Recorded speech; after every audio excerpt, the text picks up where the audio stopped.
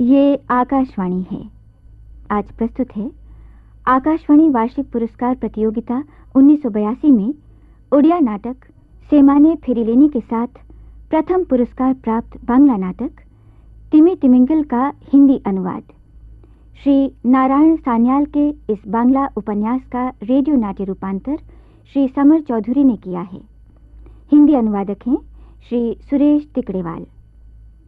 लीजिए सुनिए नाटक तिमी तिमिंगल।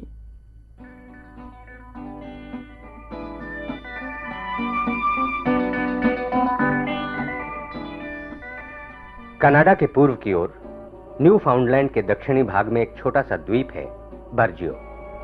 सन 1967 की बात है। इसी बर्जियो द्वीप की एक ऐसी झील में, जो प्राकृतिक रूप से स्वयं ही बन गई थी, एक डाना तिमी यानी डाना वेल आ फंसी।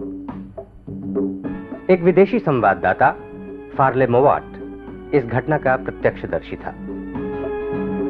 उसी के प्रस्तुत किए हुए तथ्यों पर आधारित है आज का नाटक तिमी तिमिंगल।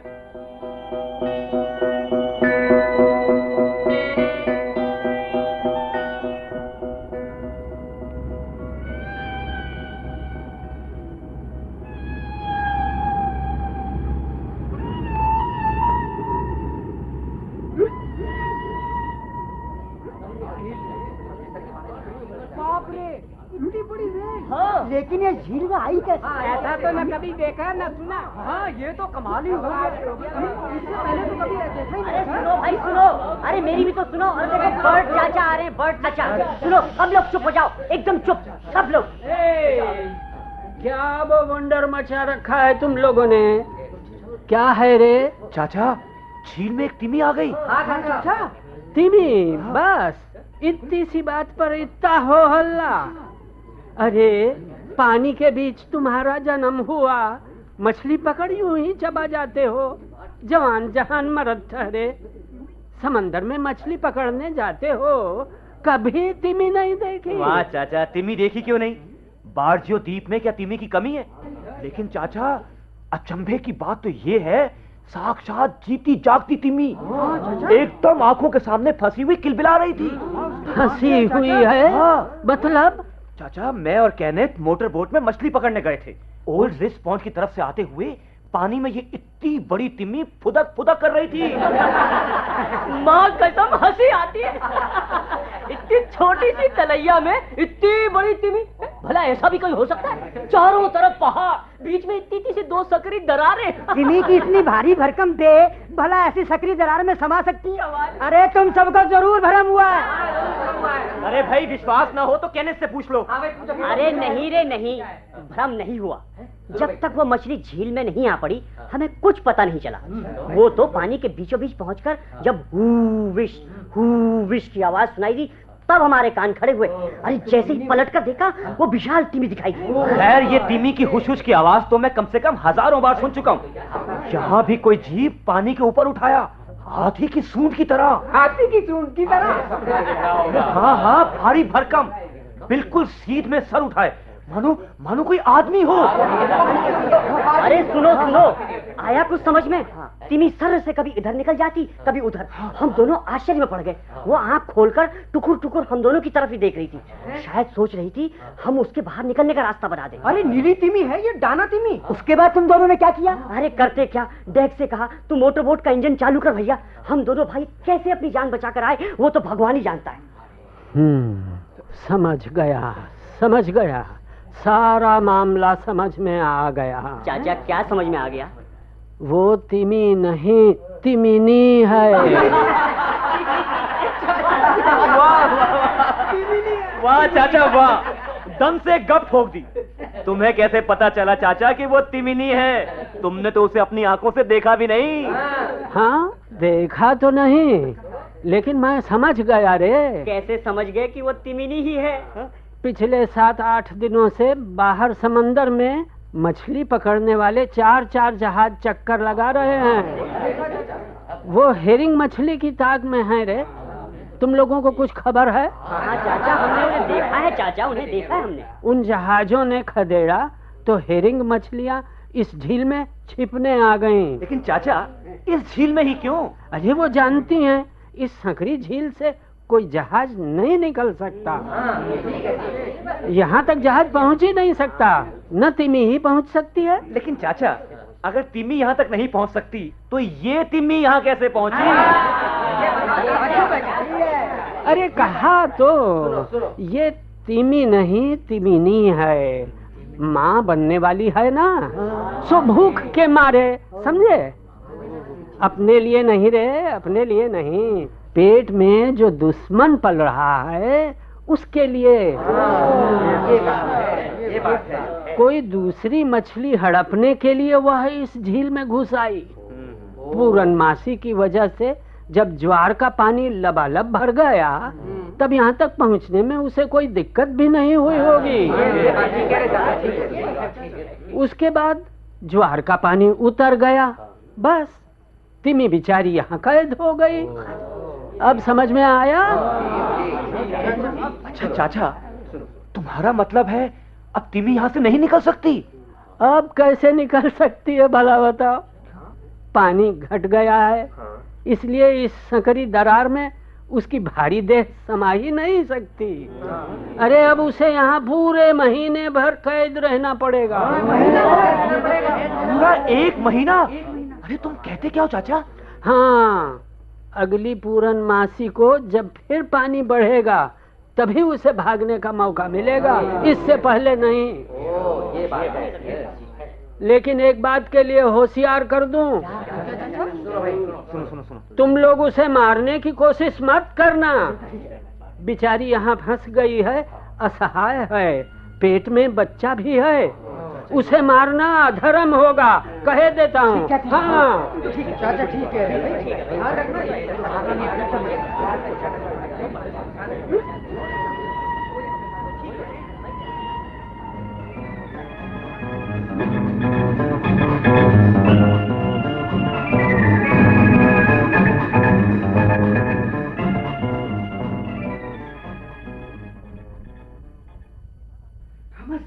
थॉमस, क्या बात है जॉर्जी? अरे सुन, एक जबरदस्त खबर है। तू इतना हाँफ क्यों रहा है? हुआ क्या है? चुप, धीरे बोल। तिमी का शिकार करने जा रहा हूँ, चलेगा? मतलब तू क्या बकवास कर रहा है? तू तिमी मारने जा रहा है? हाँ, मैं अभी सुनकर आ रहा हूँ। ओल्ड रिट्स पॉन्ड में एक तिमी फंसी पड़ी है, सकरी झील से अब वो निकल नहीं पा रही है। वाह, क्या खबर सुनाई उस्ताद। हाँ, देख ले। वो तो ठीक है, लेकिन वो झील में गई कैसे? सब बाद में सोचना। तू ये बता, चलेगा या नहीं? मैं चलूंगा, जरूर चलूंगा, लेकिन उस्ताद पहुंचते पहुंचते तो अंधेरा हो जाए। अरे नहीं रे, बस अभी निकल चलते हैं, अंधेरा होने से पहले ही पहुंच जाएंगे, समझा? और सुन, जिम को भी साथ ले लेते हैं। ठीक है, ठीक है, चलो चलो चलो चलो।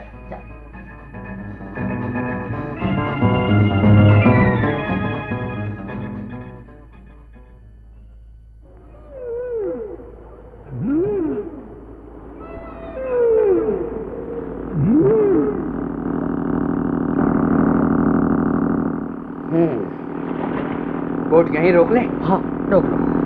एक काम कर चल, बोल तू इस तरफ चल। ठीक है, लेकिन जॉर्जी, हम यहाँ ज्यादा देर तक नहीं रुक सकते, अब थोड़ी देर में तो अंधेरा होने वाला है। अबे जिस काम से आया है पहले वो तो पूरा कर, अंधेरा जब होगा देखा जाएगा। देख, पानी की तरफ नजर गड़ाए रखना। ठीक है। जैसे ही तिमी मुंह खोले गोली दाग देना। ठीक है। देख जॉर्जी, देख, मुंह ऊपर उठ रहा है। हाँ, ये तिमी है ना? हाँ, चला गोली, देख क्या।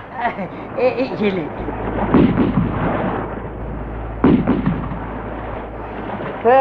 तेरे साली ने फौरन मुंह अंदर कर दिया। अरे बेटा, जाएगी कहाँ? जरा देर में सांस लेने के लिए फिर मुंह उठाएगी, बस। अरे इसीलिए तो कह रहा हूँ, बंदूक के ट्रिगर पर उंगलियां जमाए रख, तैयार रह। अरे तू फिक्र ना कर। देख देख देख, उसने फिर मुंह ऊपर उठाया। अबे देख क्या रहा है, मार गोली।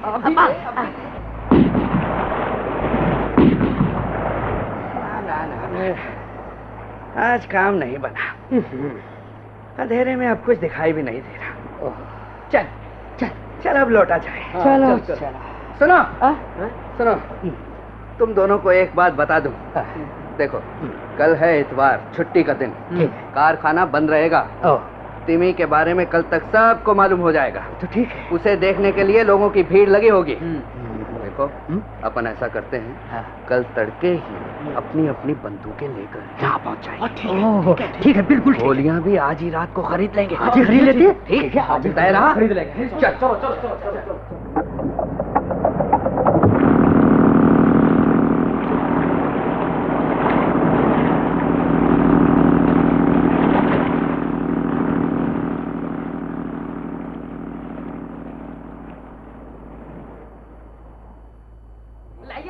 इधर दीजिए जनाब। अरे भाई दर्जन भर कारतूस इधर भी दीजिए। 25 कारतूस मुझे चाहिए। मुझे 20 चाहिए। अबे हो, क्यों धक्के मारा? क्या कपड़ा फाड़ा? हाँ भाई साहब, मुझे भी कारतूस चाहिए। साहिबान सुनिए तो, देखिए साहिबान मेरी सुनिए। देखिए मैं हाथ जोड़ कर विनती करता हूँ, यूँ धक्कम धक्की ना करे। अरे दुकान टूट जाएगी। सच मानिए, मेरे पास एक भी कारतूस नहीं है, सब खत्म हो गए। सच कह रहा हूँ। सुनिए साहब, मेरा विश्वास कीजिए, मेरे स्टॉक में 400 कारतूस थे, सब खत्म हो गए। देख लीजिए, अलमारी बिल्कुल खाली पड़ी है।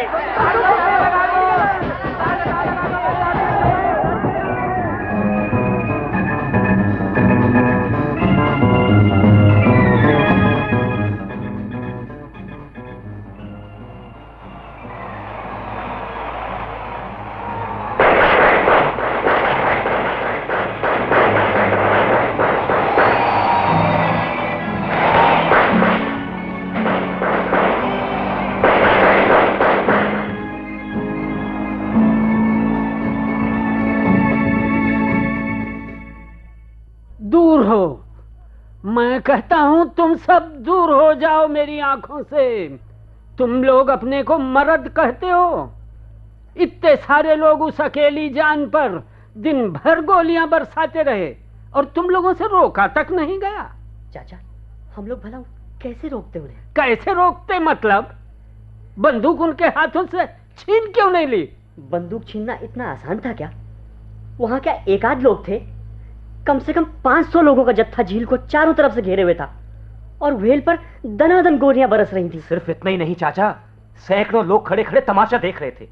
जैसे ही तीमी के बदन पर कोई गोली लगती, लोग खुशी के मारे उछल पड़ते।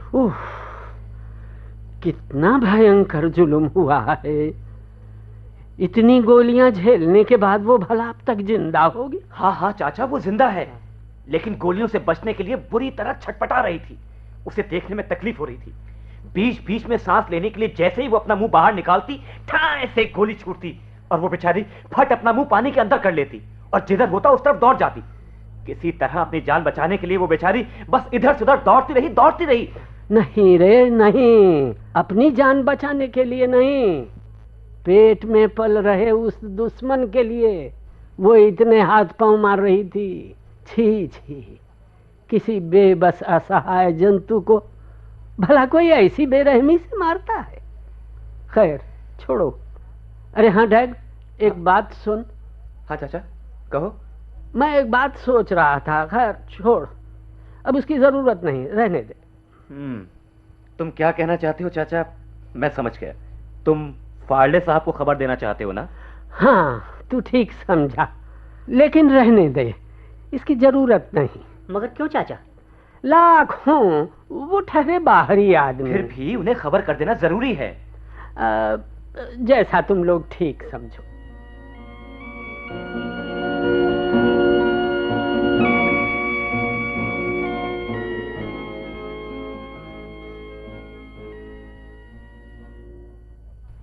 नहीं डैग नहीं, ऐसा हरगिज नहीं हो सकता, यह असंभव है।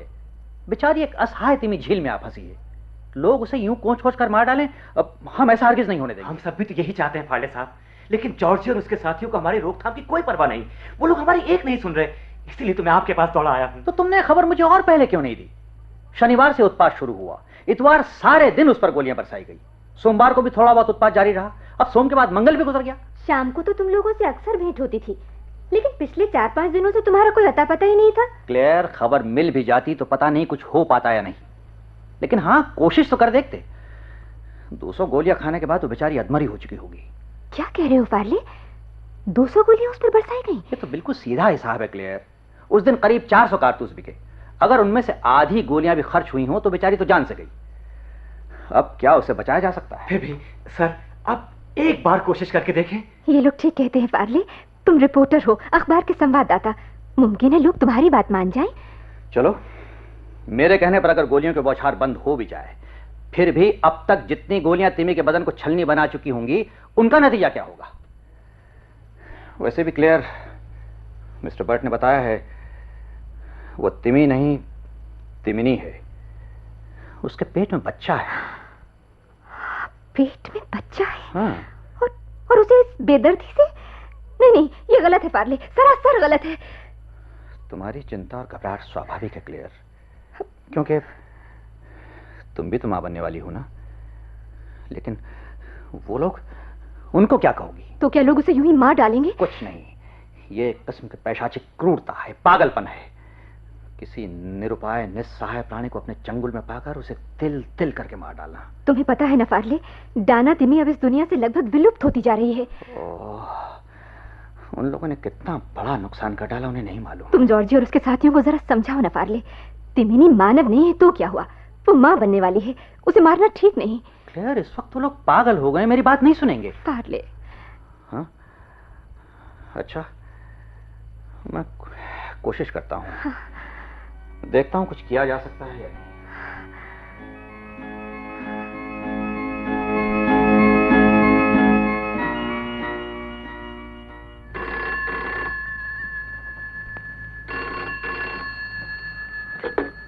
Police captain Danny Green from eastern coast. आप कौन साहब बोल रहे हैं? हाँ? ओह, फॉर्लिम वाट, हमारे सम्मानित रिपोर्टर साहब, नमस्कार नमस्कार। हाँ हाँ, कहिए, आज इतनी सुबह सुबह? हाँ हाँ, जी जी, आपने ठीक ही सुना है, झील में अटकी पड़ी है। जी हाँ जी हाँ, ठीक फरमाया आपने, किसी ऊंची नस्ल की तिमी है। जी देखिए, बात दरअसल यह है, हम में से किसी ने भी अपनी जिम्मेदारी के बारे में इतनी गंभीरता से सोचा ही नहीं। अच्छा ठीक है, मैं अभी को इंतजाम करता हूं, कांस्टेबल मार्डो को भेज रहा हूं वहां। हाँ हाँ, अब गोलियां न चलें, इसके बारे में वो चौकस रहेगा। Thank you.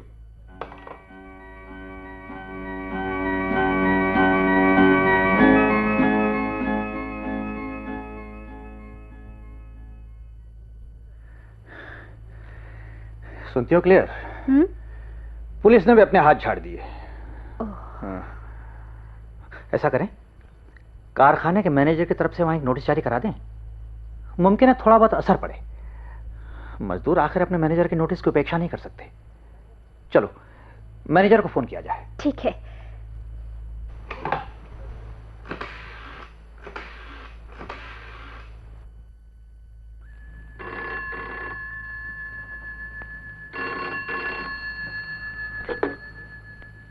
हेलो, हाँ, मैं फैक्ट्री मैनेजर बोल रहा हूं। कौन? ओ, फार्ले मोवार्ड, नमस्कार नमस्कार। हाँ हाँ, कहिए कहिए। हाँ हाँ हाँ, जी हाँ हाँ, नहीं नहीं नहीं नहीं, अरे सुनिए तो सही, आप इस मामले को इस नजर से क्यों देख रहे हैं? अरे ये तो महज एक खिलवाड़ भर है। लेकिन ये जो आपने कहा कि विज्ञान की दुनिया में ये एक हैरत अंगेज घटना है, हलचल मच जाएगी, हजारों लोग भाग भाग कर इस तिमी मछली को देखने आएंगे, चारों तरफ बारजियों का नाम फैल जाएगा, ये बेशक सोचने की बात है। खैर, आप कह रहे हैं तो मैं एक नोटिस जारी किए देता हूं, ताकि कोई वेल पर गोली ना चलाए। हाँ, क्लियर, मैं सोचता हूं जरा झील तक हो आऊं। तुम चलोगे मेरे साथ? हाँ चलो, चलती हूँ।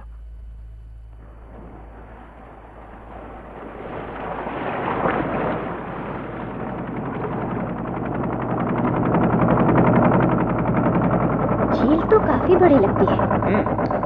लंबाई में आधा मील तो जरूर होगी। हाँ, आधा मील। अरे तुम तो बिल्कुल बीचों बीच आकर रुक गए हो। क्यों? तुम्हें डर लग रहा है क्या?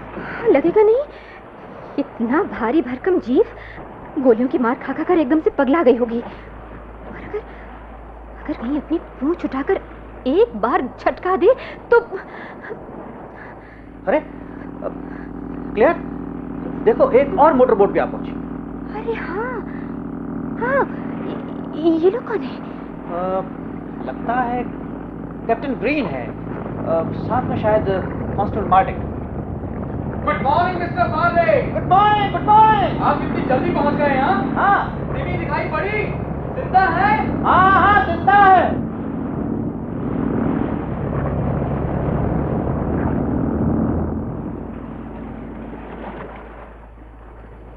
क्लियर? हाँ? देखो देखो, वो फिर सिर उठा रही है। देखो, देखा ना? अरे अब तो काफी पास भी आ गई है। देखो, सच ही तो है। देखो, एकदम साफ नजर आ रही है। हाँ। बाप रे, ये तो विशाल तिमी है। हाँ, देखो कितनी बड़ी है। अरे अरे देखो ना, फार्ले, देखो मुंह उठा रही है। हाँ? सांस ले रही है। हाँ हाँ। देखो, अब वो फिर डुबकी लगाएगी। अरे अरे, उसने आगे डुबकी लगा भी दी। अरे अरे, वो तो पानी के नीचे नीचे तैरती हुई हमारी तरफ ही बढ़ी आ रही है। सुनो फार्ले, मुझे बहुत डर लग रहा है। क्लेयर, तुम्हें तो तैरना आता है, इसमें डरने की क्या बात है? अरे भाई, इतनी देर से जब गोली नहीं चली तो तिमी समझ गई है कि हम लोग उसे मारने नहीं आए। आखिर उसे भी तो अपनी जान से मोह है। बस उसकी हिम्मत जरा बढ़ गई होगी। देखो देखो, कैसे धीरे धीरे वो हमारे करीब आती जा रही है। अरे गहरे पानी में साफ नजर आ रही है ना? माय गॉड, अनगिनत गोलियों के निशान चमक रहे हैं बेचारी की देह पर। कितना अत्याचार हुआ है इस निर्दोष के साथ। वो हत्यारे तो इसे मार ही डालेंगे। My God. देखिए मिस्टर ग्रीन, देखिए, आपने देखा? एक बार जरा गौर से देखिए। मैं बेहद शर्मिंदा हूँ मिस्टर फार्ले। मैं वादा करता हूँ अब कोई उस पर गोली नहीं चला सकता। मार्डक को मैं यहीं तैनात किए देता हूँ। जरूरत पड़ी तो वो दिन रात यहाँ पहरेदारी करेगा। Thank you captain, thank you very much.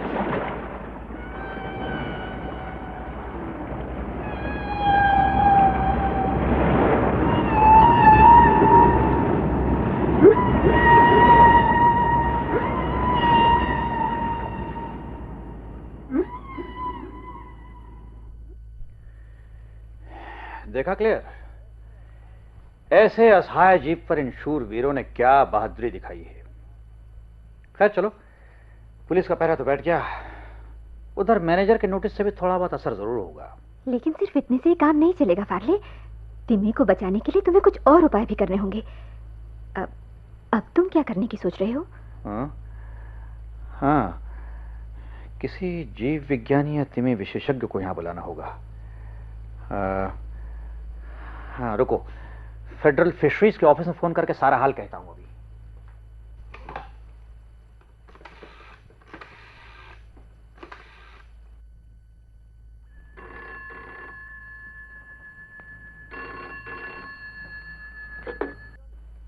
Saint John fisheries? हाँ हाँ हाँ, सुनिए सुनिए मिस्टर फार्ले भाई, आप मेरी बात तो मैं समझ गया। मैं आपकी सारी बात समझ गया, लेकिन आप शुरू में ही गलती कर बैठे। हम लोग मछली पर रिसर्च जरूर करते हैं, लेकिन साहब डाना तिमी मछली नहीं, स्तनपायी जंतु होता है। I am sorry Mr Farley. Line ही काट दी। सरकारी दफ्तर का जीव विज्ञानी समस्या को यूं टाल दिया जैसे कुछ सुनना ही नहीं चाहता। सिर्फ एक तकनीकी पॉइंट दिखाकर जिम्मेदारी से कतरा कर निकल गया। अच्छा सुनो, उनके हेड ऑफिस के डायरेक्टर से बात करके देखो ना। उनका दफ्तर तो मॉन्ट्रियल में है। हाँ हाँ, तुमने ठीक कहा, वहीं फोन करता हूं।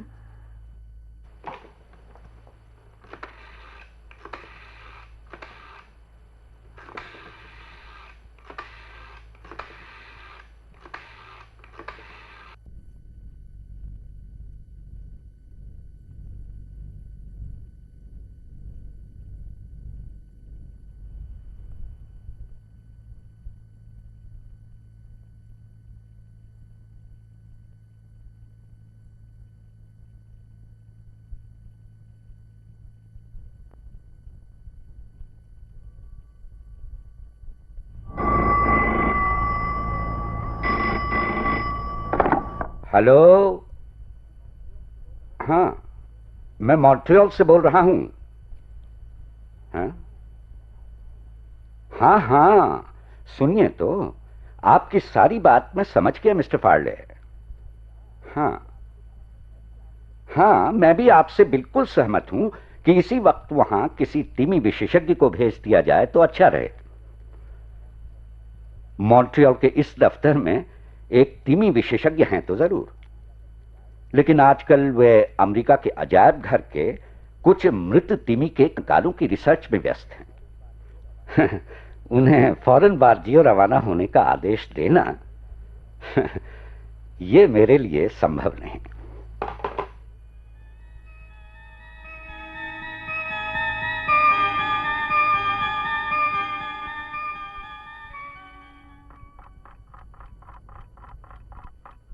क्या बात है क्लेयर, अभी तक तुम सोई नहीं? रात तो काफी हो गई है। क्या करूं, किसी तरह भी नींद नहीं आ रही है फार्ले। क्यों, क्या हुआ? मुझे रह रहकर उस तिमी का ध्यान आ रहा है। उसकी देह पर कितनी सारी गोलियों के निशान थे। हाँ। क्या? तुम तिमिनी के बारे में नहीं, किसी और के बारे में सोच रही हो। किसके बारे में? तिमिनी के पेट में जो जीव है उसके बारे में। नहीं, मैं दोनों के बारे में सोच रही हूँ। क्लेयर, मैं सब समझता हूँ। क्या समझते हो? तुम्हें तकलीफ हो रही है ना? तुम्हारे शरीर में जो जीव तिल तिल कर बढ़ रहा है, जिसे तुम पूरे जी जान से अगोर रही हो, जिसके बारे में तुम दिन रात सपने देखा करती हो, उसी दिल की आंखों से तुम तिमिनी को देख देख कर दुखी हो रही हो। क्यों, सच है कि नहीं? फार्ले, तुम्हारी आंखों में भी तो नींद नहीं? मैं सोच रहा था किससे बात की जाए कि कुछ काम बने। विज्ञान की दुनिया में एक दुर्लभ संयोग है इस जाति की मछली का मिलना। क्लेयर, इसे बचाना बहुत जरूरी है। अच्छा सुनो, तुम कनाडा के अपने उस प्रकाशक जैक को फोन करके देखो ना। जैक? शायद वो कुछ कर सके। हाँ, तुम ठीक कहती हो clear.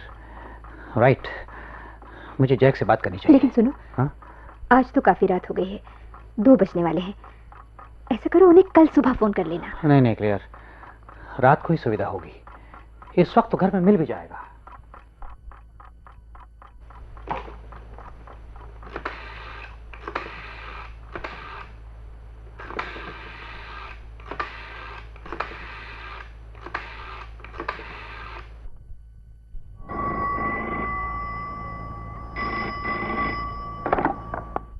Farley, yes, Jack here. हाँ, तुम ये सारी बात मुझ पर छोड़ दो। हाँ, मैं समझ गया तुम क्या चाहते हो। हाँ, तिमी को बचाए रखना है। देखो, जब तक मैं किसी जीव विज्ञानी को तुम्हारे यहाँ नहीं भेजता, तुम उसका ख्याल रखना। हाँ, मैं वादा करता हूँ चुप नहीं बैठूंगा। सुनो, उसे जिंदा रखना। अच्छा फार्ले, मैं फोन रखता हूँ। ओके।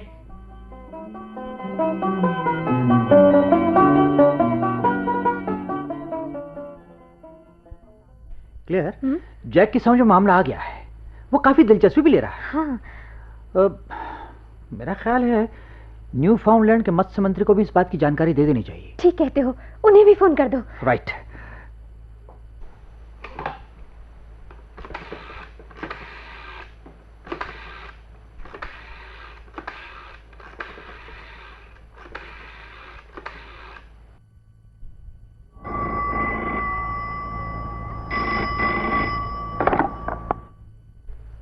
हेलो। हाँ, मैं मत्स्य मंत्री ही बोल रहा हूँ।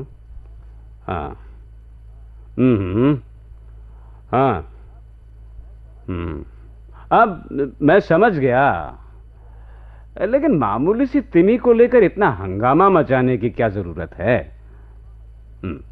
सरकार अभी बहुत सारे जरूरी कामों में व्यस्त है। जाने कहां की एक तिमी झील में अटकी पड़ी है, उसके पीछे सिर खपाने की मुझे बिल्कुल फुर्सत नहीं है। हाँ, नमस्कार।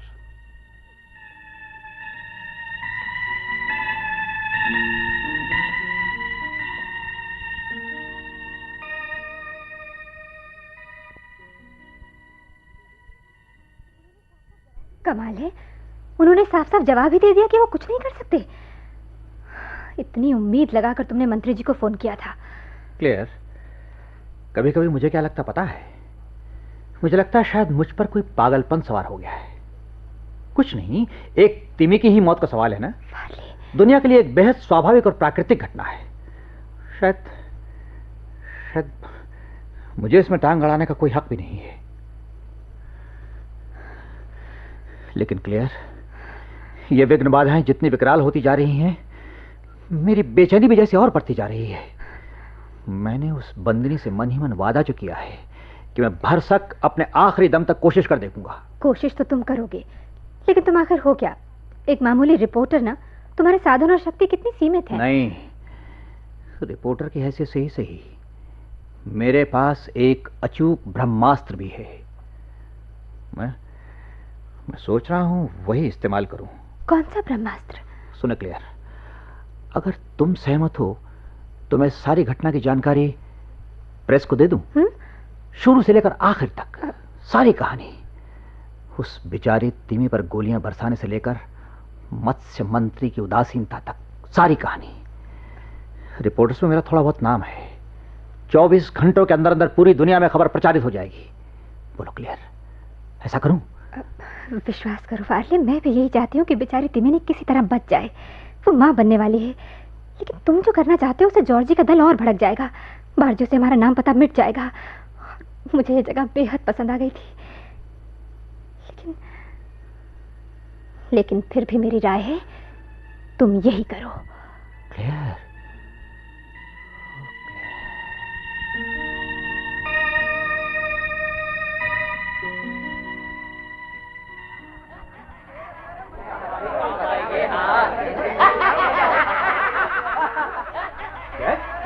देखिए मामला क्या है? इतनी सुबह और रिजिस पॉन्ड के किनारे इतनी भीड़ क्यों जमा हो रही है? देखिए ना सर, भीड़ बढ़ती जा रही है, लोग आते ही जा रहे हैं। आज तो इतवार है ना, छुट्टी का दिन। कोई कोई तो अपने बाल बच्चे लाभ लश्कर समेत आ रहे हैं। इस सब के सब तमाशा देखने आए। तुम ठीक कहते हो। वो सामने स्पीड बोटों में हुड़ मचा दे, ये लोग कौन आ रहे हैं? अरे ये तो जॉर्जी का दल है। लेकिन आज उनके हाथ में बंदूक नहीं दिखाई दे रही। सर, आपने जैसा कोहराम मचा दिया है ना, उसके बाद उनकी बंदूक लाने की हिम्मत नहीं हुई होगी। अरे डैग, उन्हें जो करना था वो तो उन्होंने कर ही लिया। इतनी सारी गोलियां झेलने के बाद भी तिमी आखिर जिंदा कैसे है? आश्चर्य की बात तो ये है। लेकिन सर, वो बचेगी नहीं। वो दिनों दिन सुस्त और बेजान होती जा रही है। आप देख नहीं रहे, उसकी सांस कैसे धीमे धीमे चल रही है। क्यों रे जिम? अगर ये पुलिस बीच में ना पड़ती तो इतने दिनों में इस कमबख्त तीमी को हम लोग गायब नहीं कर सकते थे। अरे कभी के जाने कहां से ये झूठ मूठ के झमेले उठ खड़े होते हैं। माँ कसम, लगता है जैसे ये तीमी इस कमबख्त फार्ले की महबूबा है। बेचारा इश्क में पड़ गया है। साला, अरे जॉर्जी किसी साले की परवाह नहीं करता। अगर कोई मर्द का बच्चा है तो सामने आकर मुकाबला करे। अरे पुलिस के आंचल तले क्यों छिपा है? खैर, साले को किसी दिन ऐसा सबक सिखाऊंगा कि बेटा याद करेगा। अरे तुम बाहरी आदमी हो, बाहरी आदमी की तरह क्यों नहीं रहते? और क्या? हमारे भीतरी मामलों में टांग जोड़ाते हो। अरे जिम, यहाँ खड़े खड़े क्या कर रहा है? चल, जो काम करने आया है कर और खत्म कर। जॉर्जी, मैं भी किसी साले से नहीं डरता। फिर चल चल स्टार्ट कर बोर्ड। बढ़ आगे चल।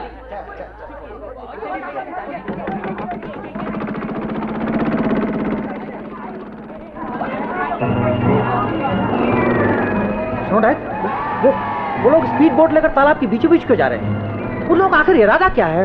अब वो लोग गोली तो चला नहीं सकते। फिर देखिए सर, देखिए, स्पीड बोट लेकर वो तिमी को दौड़ा रहे हैं। अरे हाँ, सच ही तो।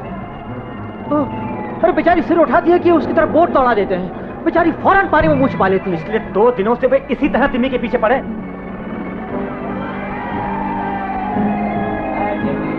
सर, आप उन डॉक्टर बाबू को देख रहे हैं ना? हाँ, वो भी अपने बीवी बच्चों समेत तफरीह के लिए आए हैं। हाँ, देख रहा हूँ, सब आ रहे हैं। और वो देखिए सर, वो उनके पास ही खड़े हैं मेयर साहब। अरे हाँ, तुम रुको, मैं मेयर साहब से बात करता हूँ। नमस्कार मेयर साहब। नमस्कार। सुनिए, आप उन लोगों को जरा रोकिए ना। देखिए, आपकी बात वो लोग जरूर सुनेंगे।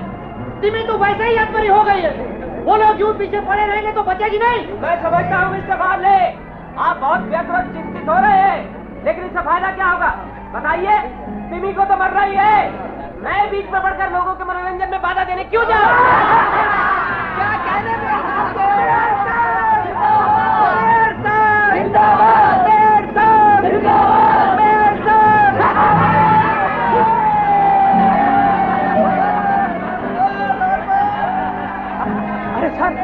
वो देखिए, तिम्मी दौड़ दौड़ कर किनारे की तरफ आ रही है। हाँ, तिम्मी तो आ रही है। अरे वो रुक क्यों रही है? सर क्या हुआ उसे? कहीं वो किनारे पर तो नहीं आना चाहती? पता नहीं। हाँ, देखिए देखिए देखिए सर, देखिए वो सीधे किनारे पर चढ़ाई, एकदम से बालू पर। बाप रे! किनारे पर चढ़ गई। अरे बाप रे! अबे साली का!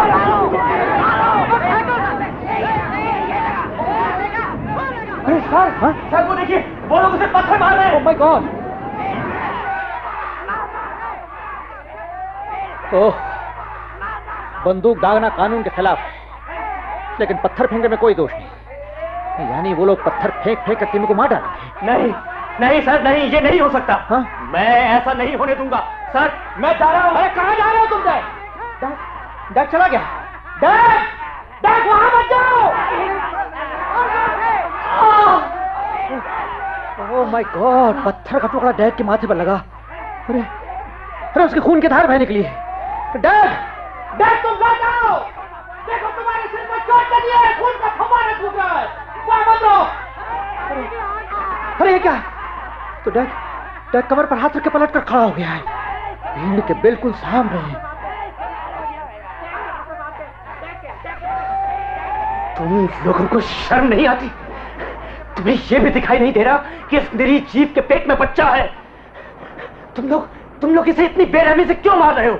तुम लोगों का आखिर इसने क्या बिगाड़ा है? मैं इसे मारने नहीं दूंगा, हरगिज़ नहीं। इसे मारना है तो पहले मुझे मारो। लो, मैं सीना ताने तुम लोगों के सामने खड़ा हूं। हिम्मत हो तो पहले मुझे मारो ना। मैं भी तो देखूं कितना हौसला है तुम्हारे अंदर। आओ, आगे बढ़ो, आओ। शाबाश डैग, शाबाश, क्या साहस दिखाया है तुमने। अब जॉर्जी का दल अब सहम कर पीछे हट गया है। हाँ, लोगों ने अपने अपने हाथों को पत्थर फेंक दिए हैं। किसी के मुंह में मानो जुबान ही न हो, सब लौट गए। हाँ, डैग फिर मुड़कर तिमी की तरफ झुक गया। अब वो तिमी के पेट सहला रहा है। अरे ये क्या? वो एकदम से पलट गई। उसका मुंह अब पानी में है। अब पूंछ अभी भी ऊपर है और धीरे धीरे पानी में उतर रही है। शाबाश डैग, शाबाश, शाबाश, शाबाश डैग।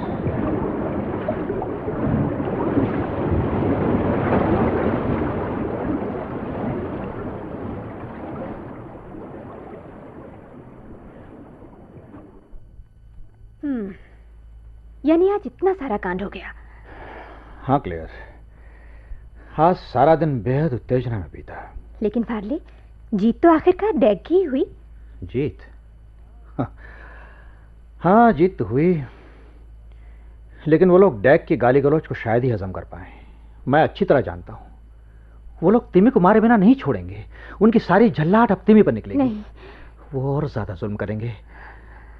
मुश्किल ये है कि मेयर या डॉक्टर कोई भी तो हमारी तरफ नहीं। इसीलिए सोच रहा हूं अब मैं अपना ब्रह्मास्त्र इस्तेमाल करूं। देखो, प्रेस को टेलीग्राम दे रहा हूं, तुम भी पढ़ लो। उन्हें सब लिख दिया और जरूरी मदद भी मांगी है। ठीक है ना? ठीक है, लो। हाँ, मैं खुद ही से भेजते हुए बर्ड चचा के पास जाऊंगा। वहां से झील का भी एक चक्कर लगाता आऊंगा। मुमकिन है लौटने में कुछ देरी हो जाए। अच्छा।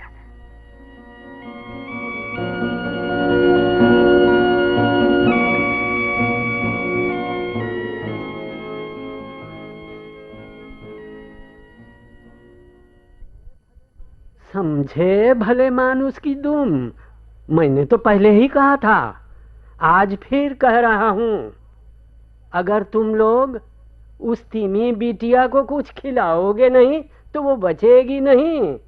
क्यों? अरे वो माँ बनने वाली है, उसके पेट में राक्षसी भूख समाई होगी। हाँ वो तो समझ गया बड़ चचा, लेकिन उसे खिलाने का क्या उपाय किया जाए? तिमिनी मरी मछली तो खाएगी नहीं। हाँ। उसे जीती मछली खिलानी होती है ना? हाँ समझ गया। चाचा चाचा। हाँ? अच्छा तो फार्ले साहब यही मौजूद हैं। कहने तुम इतना हाफ क्यों रहे हो? क्या हुआ तुम? बताता हूँ, अभी बताता हूँ। हम लोग झील के पास थे, पुल के नीचे जॉर्जी और उसके दोस्त मोटरबोट में आए। अच्छा। देखते ही देखते तिमी के सिर उठाते ही वो अपनी बोट लिए एकदम से तिमी के ऊपर ही चढ़ गए। क्या कह रहे हो कहना तुम? तिमी ने डुबकी लगाने में जरा देर कर दी। हाँ। बोट के तले में शायद लोहे की कोई तेज धार वाली चीज अटका दी गई थी। Oh my God। वो लोहा तिमी की पीठ को चीरता हुआ निकल गया। मैंने देखा तिमी एकदम से पछाड़ खाने लगी। लगता है पीठ का बहुत सा मांस कटकर अलग हो गया है। अच्छा वो लोग क्या अभी भी वही हैं क्या? नहीं, अब वो वहाँ नहीं है। काम पूरा होते ही वो चंपत हो गए, लेकिन मुमकिन है वो दोबारा आए। हाँ बट चचा, मुझे इसी वक्त झील की तरफ जाना चाहिए, मैं चलता हूँ।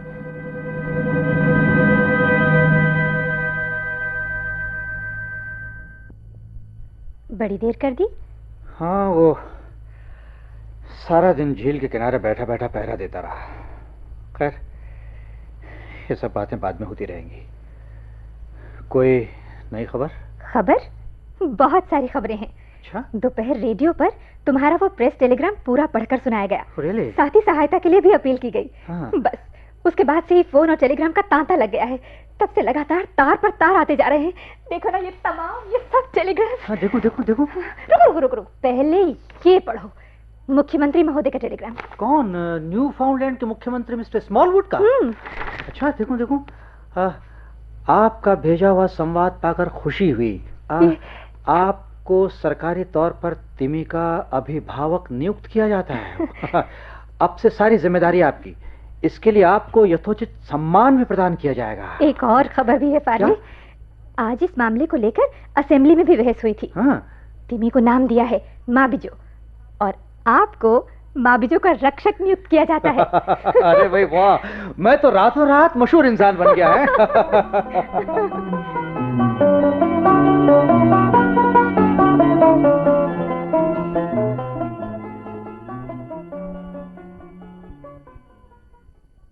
ये चेक देख रही हो क्लियर?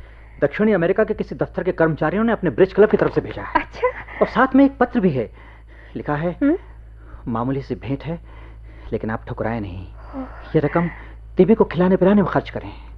और ये देखो पार्ले, टेक्सास के किसी स्कूल के बच्चों ने आपस में 10-10 सेंट चंदा जमा करके $10 का ये बैंक ड्राफ्ट भिजवाया है। और लिखा है कुल $10 में आखिर कितनी सी हेरिंग मछली मिलेगी, लेकिन 2-4 मछली ही सही। हम लोगों की तरफ से इन पैसों से खरीदकर तिमी को खिलाइएगा, और जब उसके बच्चा हो जाए तो हमें खबर देना मत भूलिएगा। एक छोटी सी विनती भी है, प्लीज सर कोशिश कीजिएगा तिमी को झील से रिहाई मिल जाए। देखा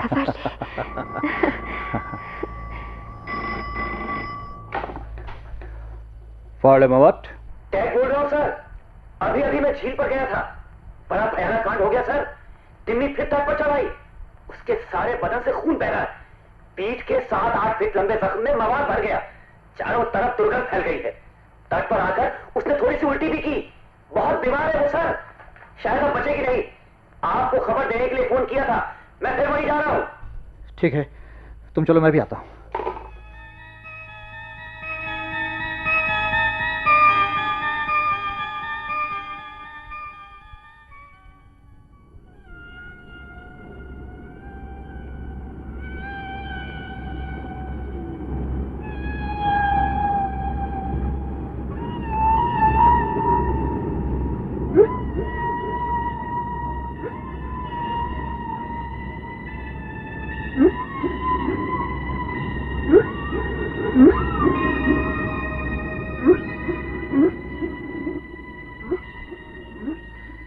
ऐसा भयानक दृश्य था क्लियर कि बस देखा नहीं जा रहा था। माँ बिजो बेचारी के समूची देह पर चेचक के दानों जैसे अनगिनत गोलियों के निशान हैं। मेरा सोचना था गोलियों से उसे खास चोट नहीं लगी होगी, लेकिन मेरा ख्याल गलत था। जख्म काफी गहरे हैं और अब तो मामला हाथ से बाहर जा चुका है। क्लेयर, उसके शरीर में कीड़े पड़ गए हैं, जख्मों के मुंह पर मवाद भर गया है। माँ बिजो क्या अभी भी तत्पर ही है? नहीं, हमारे पहुंचने के थोड़ी देर बाद ही वो आहिस्ता आहिस्ता फिर पानी में उतर गई। लौटते समय जब हम बोट पर सवार होने जा रहे थे, करीब 50 हाथ की दूरी से वो बहुत कातर भाव से पुकार उठी। क्लेयर, मानो कोई अशरीरी अपार्थिव जीव रुद्ध कंठ में आर्तनाद कर रहा हो। पता नहीं क्लेयर, कहीं उसका अंतिम विदाई स्वर तो नहीं था।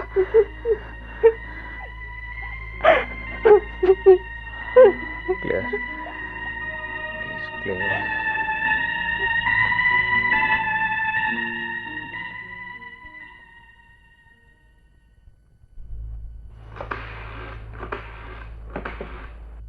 हेलो, मैं मॉन्ट्रियल से बोल रहा हूँ।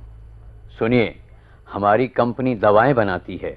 हमने रेडियो पर अनाउंसमेंट सुनी, तिमी बीमार है, उसे दवा की जरूरत है। हम 800 ग्राम एंटीबायोटिक्स अभी भेज रहे हैं प्लेन से।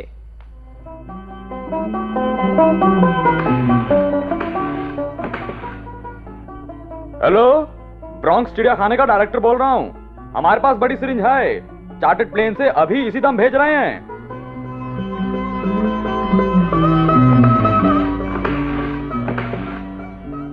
हेलो, सेंट जॉन का सीनियर वेटरनरी सर्जन बोल रहा हूँ। सुनिए, मैं अगली फ्लाइट से पहुंच रहा हूँ, आप बिल्कुल परेशान ना हो।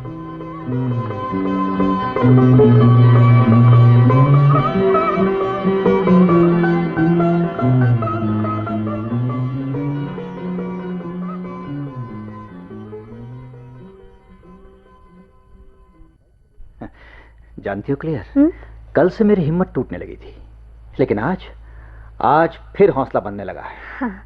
मैंने तो तिमी को अपनी आंखों से देखा भी है, उसकी पुकार भी सुनी, लेकिन ये लोग, इन लोगों में इतना उत्साह, प्यार, इंसानियत आखिर कहां से जाग गई? दुनिया में जहां जॉर्जी जैसे निर्दय लोग हैं, वहां डॉक्टर शेविल जैसे वैज्ञानिक भी तो हैं। 70 साल के बूढ़े डॉक्टर शेविल जिंदगी में पहली बार इस बुढ़ापे में पैराशूट के सहारे कूदने को आमादा हैं। भला क्यों? एक तिमी को बचाने के लिए। हाँ। जरा सोच कर देखो। और उधर टेक्सास स्कूल के नन्हे नन्हे बच्चों ने अपना टिफिन खर्च बचाकर 10-10 सेंट चंदा जमा किया। है ना आश्चर्यजनक बात?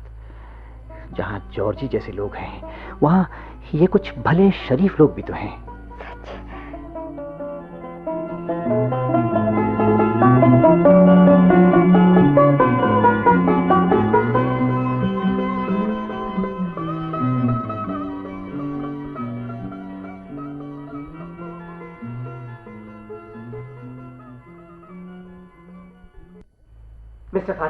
Mister Farley. अरे मेयर साहब, आप? जी। इतनी सुबह सुबह, मामला क्या है? अरे कुछ मत पूछिए मिस्टर फार्ले, अभी अभी खबर मिली है, माँ बिजो काफी देर से नजर नहीं आ रही है। सुबह सुबह एक आदमी ने खबर दी, 2 घंटे हो गए उसने एक बार भी सांस लेने के लिए सर ऊपर नहीं उठाया। क्या 2 घंटे से एक बार भी ऊपर नहीं आई? हाँ, नहीं आई। लगता है वो सुबह सुबह ही जैसे तैसे भाग गई। यानी सांस लेने भी ऊपर नहीं आई? नहीं मिस्टर फार्ले, लगता है वो भाग गई, और जब भाग गई तो ऊपर कैसे आएगी? लेकिन अब हम लोग क्या सफाई देंगे? सफाई? किस बात की सफाई? वाह, माँ बिजो भाग गई, उसकी सफाई? नहीं मेयर साहब, वो भागी नहीं है।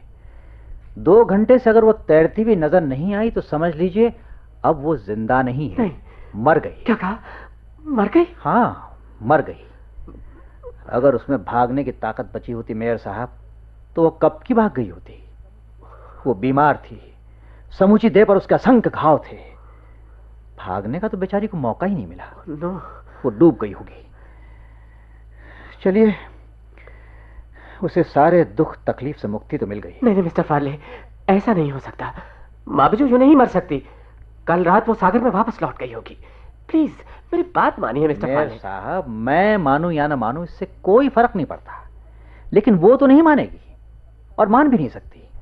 वो अपनी 70 फीट लंबी 80 टन भारी देह लिए हुए कुछ ही देर में पानी के ऊपर उतराने लगेगी। आप लोग अपनी झूठ की चादर के नीचे उसके भारी भरकम शरीर को आखिर कैसे छुपाएंगे? आप समझ नहीं रहे मिस्टर फार्ले, पानी के ऊपर उतराने में अभी 2-3 दिन लगेंगे। इससे पहले ही बाहरी मेहमान अपने अपने ठिकाने लौट जाएंगे। अगर हम ये प्रचारित कर दें कि तिमी भाग गई, अरे गजब है, आप कुछ बोल क्यों नहीं रहे मिस्टर फार्ले? इतने सारे हंगामे के बाद अगर हम ये कहें कि हम सब ने मिलकर उसे मार डाला, तो वो लोग भी हमें मारे बिना नहीं छोड़ेंगे। खून खराबे की यही तो रीत है मेयर साहब। उस दिन झील पर आपने भी झड़क दिया था ना? नहीं, तिमी को मरना ही है, मैं क्यों उनके मनोरंजन में बाधा डालूं? लेकिन आज वही तिमी मरकर भी आपको रिहाई नहीं देगी। आप गड़े मुर्दे क्यों उखाड़ने लगे फार्ले साहब? प्लीज प्लीज मिस्टर फार्ले, अभी यह खबर किसी को नहीं मालूम। आपकी बात पर हर किसी को यकीन आ जाएगा। आप बारजू की शर्मिंदगी से बचा लीजिए। आखिर बारजू आपका भी तो शहर है। नहीं, अब यह शहर मेरा नहीं रहा। पिछले 2 हफ्तों से मैं करीब करीब बिरादरी से बाहर कर दिया गया हूं, फिर भी मैं यहां से जा नहीं पाया, इसी तिमी की वजह से। उसके मुर्दा देह पानी में उतराने लगे, इससे पहले ही हम इस शहर छोड़कर जा रहे हैं। लेकिन सुनिए मिस्टर फार्ले, प्लीज, आप ही तो उसके पहरेदार थे, सरकार द्वारा नियुक्त रखवाले। नहीं मेयर साहब, आपको गलत फहमी हो गई है। मैं जिंदा तिमनी का गार्जियन था। मुर्दा तिमी मेरी जिम्मेदारी नहीं है, आप लोगों की जिम्मेदारी है। अब वो बारजियों की संपत्ति है। फार्ले साहब,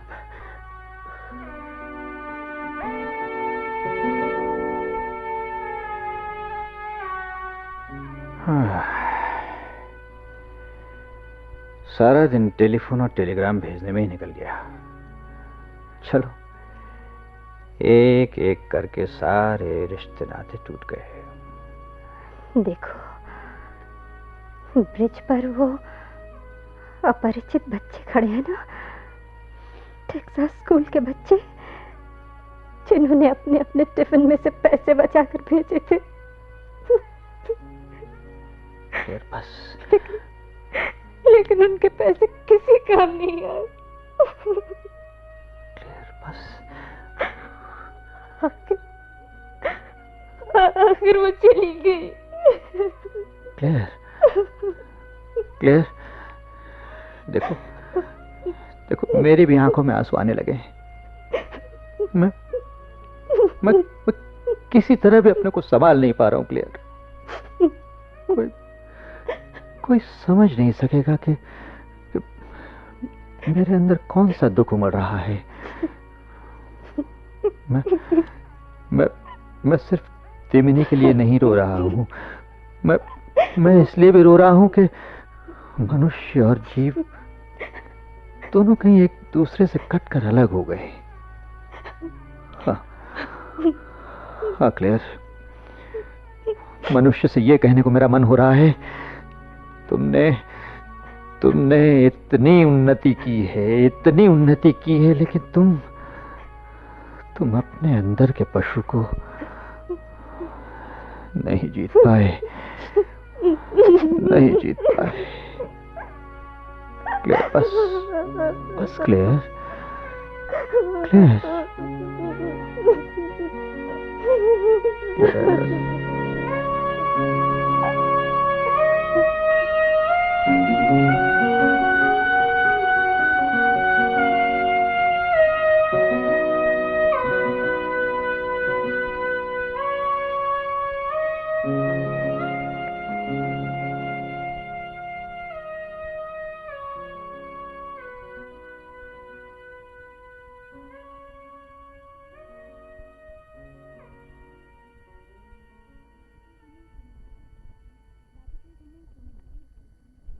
तिमी तिमिंगिल भी आपने श्री नारायण सान्याल के इस बांग्ला उपन्यास का रेडियो नाट्य रूपांतर सुना। नाट्य रूपांतर श्री समर चौधरी ने किया था और हिंदी अनुवादक थे श्री सुरेश तिकड़ेवाल। आकाशवाणी वार्षिक पुरस्कार प्रतियोगिता 1982 में इस नाटक के बांग्ला रूपांतर ने उड़िया नाटक सेमाने फेरिलेनी के साथ प्रथम पुरस्कार प्राप्त किया है। इसके निर्देशक थे सत्येंद्र शरत, प्रस्तुतिकरण सहायक सुदर्शन कुमार और महफूज हसन, तकनीकी सहायक श्री D.N. शर्मा और संगीत रचना श्री आलोक नाथ डे ने की थी।